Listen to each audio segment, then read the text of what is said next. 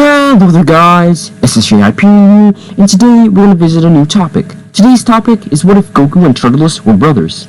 Now, specifically, they're going to be twin brothers in this what if.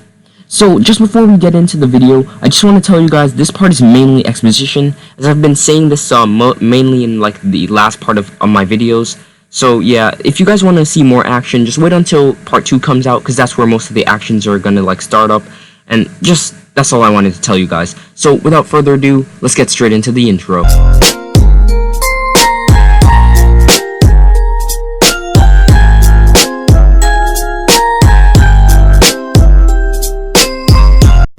Two young Saiyans are born. One to the name of Kakarot, who has a power level of 2. The other to the name of Turles, who has a power level of 25. Now their parents, Bardock and Gine, don't really think much of their power level, thinking that their power level will raise as they grow, or maybe they'll just become technicians in the future, which doesn't really matter to them. But they just hope that everything would go fine for them. And we'd cut to a few years later, where Bardock is returning to the planet, knowing that something is up. Frieza would never just stop his revenue, his product, just for the Saiyans to have, like, a party, a gathering. That doesn't make any sense. That's not Frieza. I mean, he'd overwork us. That's what he normally does. I mean, he's a little racist lizard. That doesn't make any sense to Bardock at all. So Bardock knows he's just gonna get his sons off the planet, and he tells Gine all about what he thinks, and Gine would agree after a while of convincing. This would lead to them sending their 2 sons off the planet, and they would head to Earth, where they'd be found by an old man. But cutting back to planet Vegeta, we'd see Bardock standing up against Frieza, only to get destroyed. And Raditz would hear about the destruction of the planet, along with Vegeta, Nappa, and 2 other unknown Saiyans. This wouldn't really shock them too much, but I'd say Raditz would be a bit concerned, because if he had left like earlier when he said he would have been killed probably. But luckily he stayed, and now he's alive, and he's happy at this point. But he wasn't really showing any of his emotions. But we'd see that all the Saiyans outer space with Frieza would basically kind of lose most of their emotions over time, mainly Raditz, and we'd see those 2 unknown Saiyans getting killed by Frieza's men on separate missions, as he only wanted a select few Saiyans. This would lead into Goku and Turles in a basket, traveling along with Grandpa Gohan. And as they pass a ravine, where Turles pushes Goku out of the basket, leading him to plummet into a ravine, where he'd bump his head and lose all his memories. But Turles himself would remember everything. He'd remember his father and his mother basically sending them off-world, just in case. And he remembers the name of Frieza. And years would pass, really, and he'd know that his parents did not come back. And he knows that Frieza is the cause for this. But he's still not sure exactly, but he knows there's something wrong.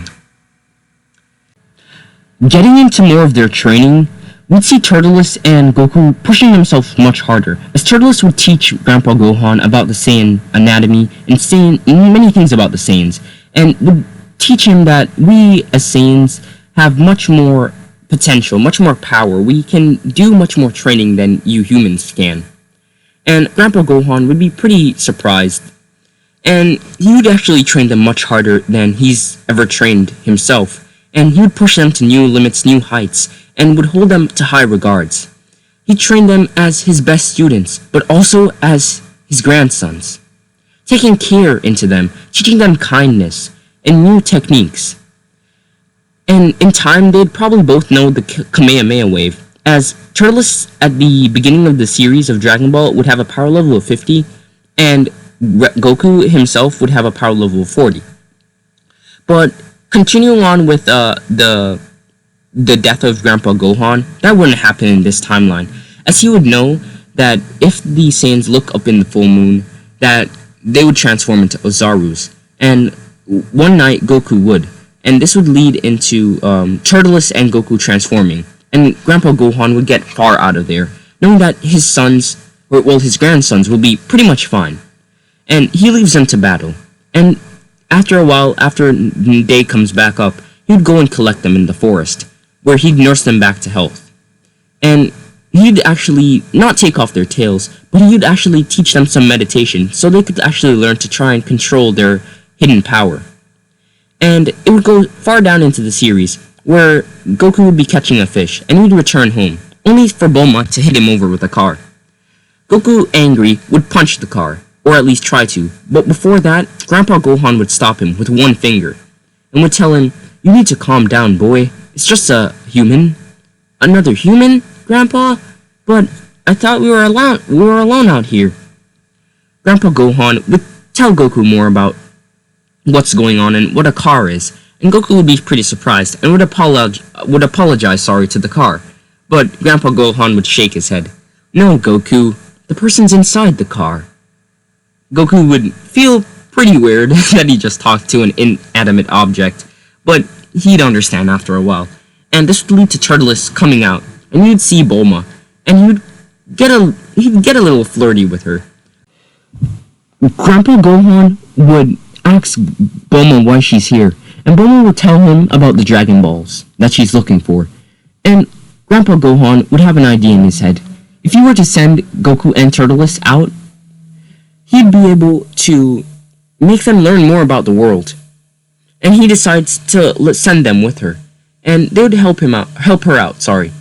This would lead into them taking down the pterodactyl, the bear thief, giving the turtle back to Master Roshi, and Master Roshi would actually give Goku the Kintone.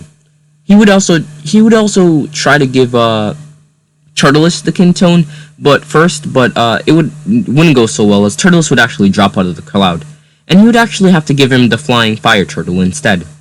And Turles and Goku would be flying around on their new pets, or well, Goku in this case a friend, and Turles in this case a pet.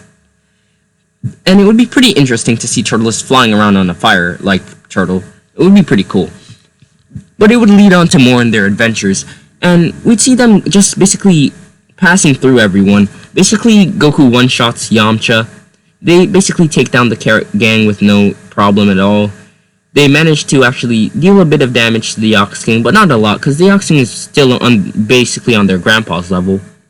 And they would tell him of Grandpa Gohan, and they would actually make a passage through, and they'd actually get the Bancho. Well, they'd try to get the Bancho fan, but it wouldn't work, and Master Roshi would come and take down the mountain himself.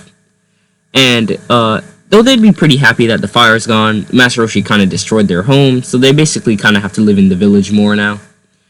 But yeah, that's just a little bit of exposition there. But for the most part in the story, Goku and Turles basically skim through everyone, and basically is able to collect all the Dragon Balls.